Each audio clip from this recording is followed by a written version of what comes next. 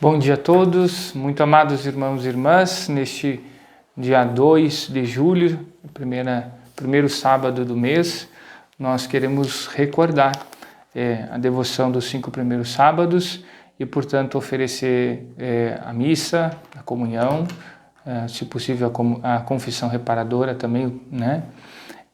Demais disposições que Nossa Senhora nos pede, e inclusive aqui o nosso momento de oração, de reflexão sobre a Palavra de Deus, ao Imaculado Coração de Maria, levando em consideração as tantas ofensas que ela recebe no seu gratuito e incondicional amor por nós, que quer justamente nos aproximar cada vez mais do coração de Jesus. Então peçamos que nós possamos apreciar a grandeza desse amor no coração da Virgem Maria e possamos gozar dos efeitos desse seu amor e que isso por sua vez também possa produzir grandes e profundas conversões no seio aí da nossa sociedade, da nossa família, nos lugares onde nos encontramos.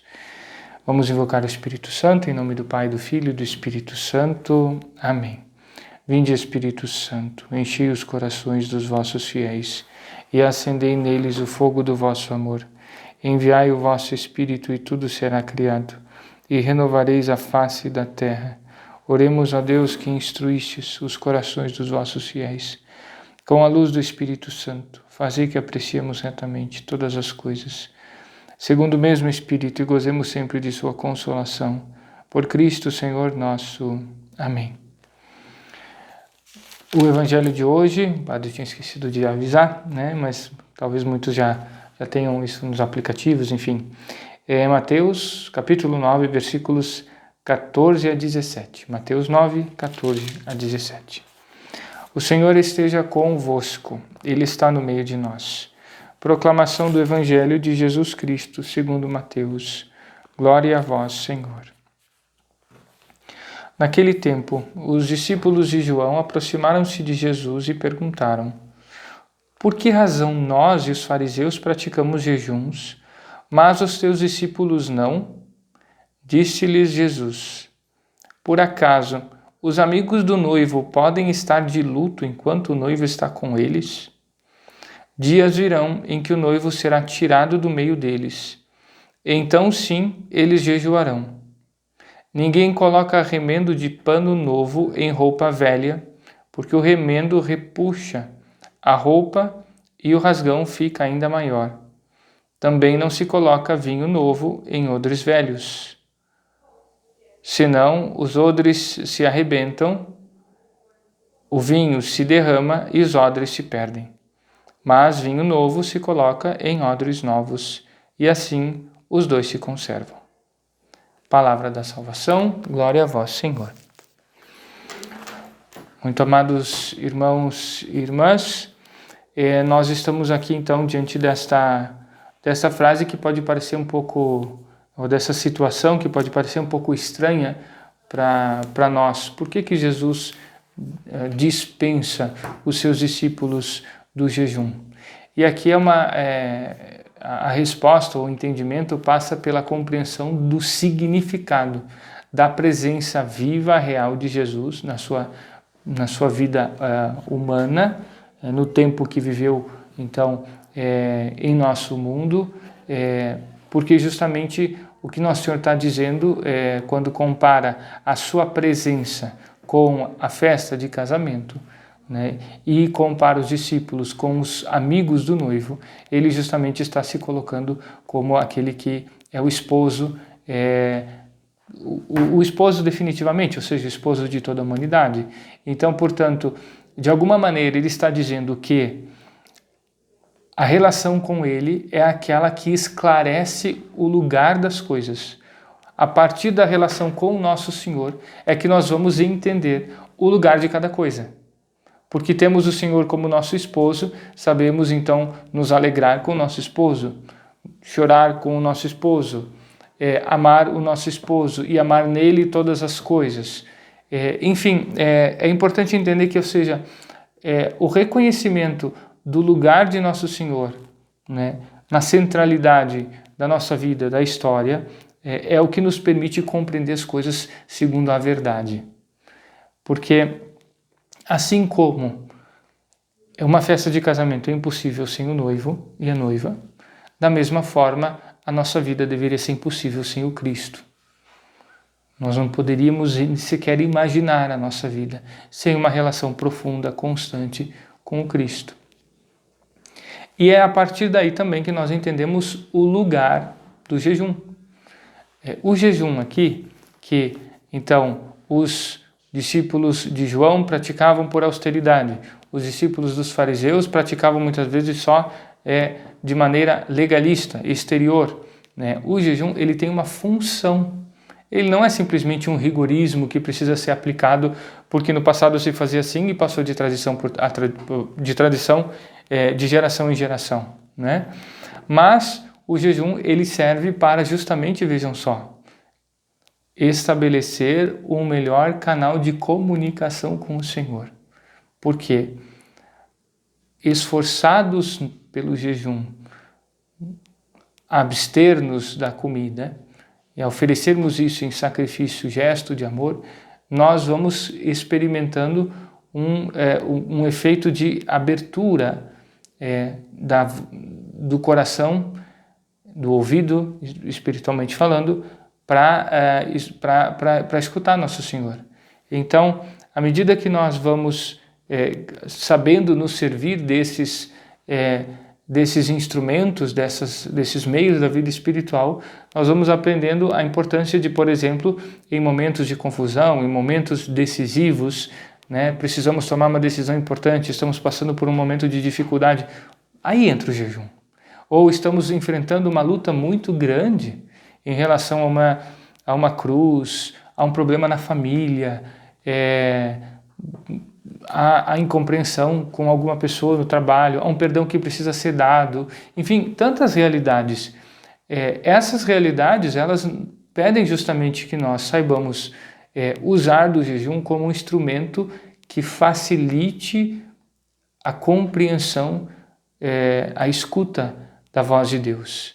Então nós jejuamos para termos esse efeito, para mergulharmos ainda mais na intimidade com o Senhor e obtermos então dessa intimidade a luz, a graça, a força que nós precisamos.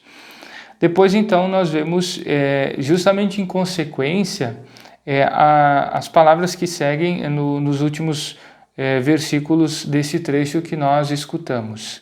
Uma vez que, ou seja, quando o esposo será tirado do meio deles, eles jejuarão, ou seja, vai passar o tempo em que está o Cristo e eles terão sim de justamente abraçar o jejum com uma perspectiva nova, a perspectiva justamente dessa relação com o esposo, desse entranhar-se na amizade, portanto na escuta do Senhor. E é a partir daí então que nós somos convidados a compreender este último versículo que fala dos odres. Qual é a grande questão aqui? Nosso Senhor está com essa imagem, Ele quer nos ajudar a entender que mesmo aquelas práticas do Antigo Testamento, antigas, enfim, que são depois assimiladas no Novo, que passam então, que permanecem do judaísmo para o cristianismo, elas precisam ser assumidas com uma novidade, com uma dentro de um seu contexto. Por quê? Porque quando nós vemos aqui que, por exemplo, o jejum, ele deve ser encarado como uma novidade nessa perspectiva de que falava antes da escuta. Mas se nós enjaulamos as práticas, as atitudes, a realização das atividades de culto, religiosas, de formação, se nós enjaulamos isso tudo numa perspectiva de fechamento que não nos permita autenticamente escutar Nosso Senhor, no final das contas, então, são coisas descontextualizadas. O odre novo, o vinho novo em odres velhos.